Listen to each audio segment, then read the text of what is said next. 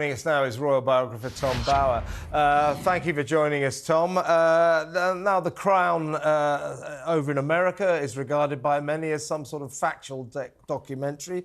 I think it's important to stress that a lot of this is fiction and not fact. I mean, the royal family, as is their wont, has maintained a dignified silence. But my God, they've been dragged through the mud by this series dating back, how many series is it now? 6 or something? The liberties that have been taken with the truth about our royal family are extraordinary. Do you think King Charles and his family have been upset by this? Well, they've probably been upset, but they've probably been upset by a lot more. And as for Carol Middleton, I don't think there's any doubt that she did help Kate into the position where she could meet William. There's no doubt that she did. When she heard that William was going to be at St Andrews doing an art course, encourage her daughter not to go to Edinburgh and wait a year, take a gap year, and then go to St Andrews and meet William. I mean, there's no doubt about that. Carol Middleton was a very shrewd mother, and she succeeded. I didn't know that. Yeah. I didn't know that. I remember the British press reports at the time. The whole he's marrying a commoner, pushy parents, party business. I mean, they were pretty.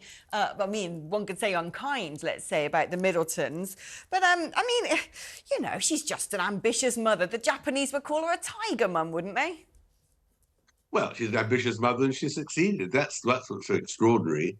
That in the end, she did manipulate and encourage Kate to go to St Andrews.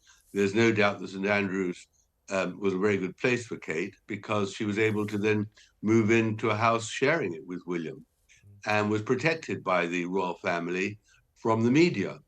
And then the problem for Carol Middleton was that she was then lampooned as an air hostess.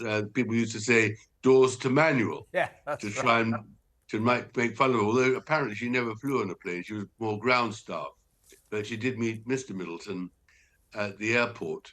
And then you've got to always remember that she urged Kate to be patient because William refused to propose. And so Kate became known as Waity Katie. And Carol Middleton, in that period where William decided he didn't want to propose and walked off to enjoy other pastures, Carol urged her daughter to be patient and do nothing to jeopardize the relationship. And I do think that the country owes Carol Middleton thanks because Kate has been a remarkable wife for William, and a remarkable leader of the royal family. And I think she'll make a terrific queen. And so, although we may be harsh on Carol for her ambitions, thank goodness that she was ambitious. See, I didn't know that. This is an instance of the Crown being accurate, but there have been other instances over past series and indeed this series. We've had scenes of the Queen coming back from beyond the grave as a ghost to help arrange her own funeral. Diana coming back from beyond the grave as a ghost to give Charles his blessing for his relationship with Camilla, something that I find rather unlikely, and so on and so forth. Apparently, these last episodes feature Harry giving William flavoured condoms while he's having fun at university. All this sort of nonsense. Do you think this stuff? I mean, it's not to be taken seriously, although it is in America. But do you think this has been harmful to the royal family, Tom? Well, I think the ghost actually was a dramatic device, and I quite liked it. I thought it was a rather good way of contrasting the reality with what the royal family was going through. So I think that was good. I think that it's quite possible, the condom story, they did have a good relationship when they were teenagers. There's no reason for doubting it. There have been obviously other parts where the series has taken a license, but it's drama. No drama will ever tell the complete truth, and nor does it try to.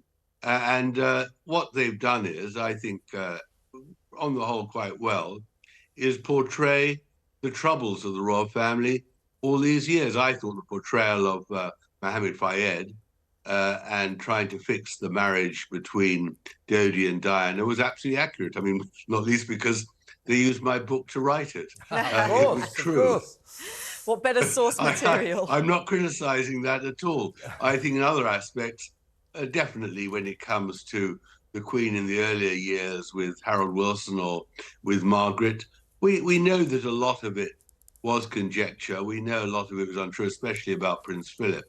But, you know, it is a drama, and on the whole, I think it's worked very well. I mean, surely for the royal family, I mean, they're the most famous royal family in the world, which is why I consider them a brilliant diplomatic asset in many respects to the United Kingdom. They don't have to say anything, never complain, never explain. That technique often works for them. But actually having something like The Crown written about them, whether favourably or not, essentially, I think, gives them to a whole new international audience in the 21st century who now look at William and Kate as megastars. Well, I think that's right, and they've done nothing wrong, unlike Meghan and Harry, who do only wrong things and only besmirch themselves and the royal family. So I think in terms of advertisements for history or whatever, okay, it's not history, but around the world, people are focused now on the royal family much more than they were. So although there have been quite a few terrible howlers in the series where the writer has taken license and has really exaggerated or invented things just to get dramatic effect. On the whole, I think the royal family comes out of it pretty well. And any criticism is really just for more headlines. And I should think that the producers and Netflix are delighted that we're talking about them now so that more people will watch it. Yeah. Well, Tom, now that I know it's based on your book, I will go back to the series with new respect. Thank you so much. Well, Absolutely. I hope you buy the book. Yeah, There you go. That's the can't you plan. send me a free copy?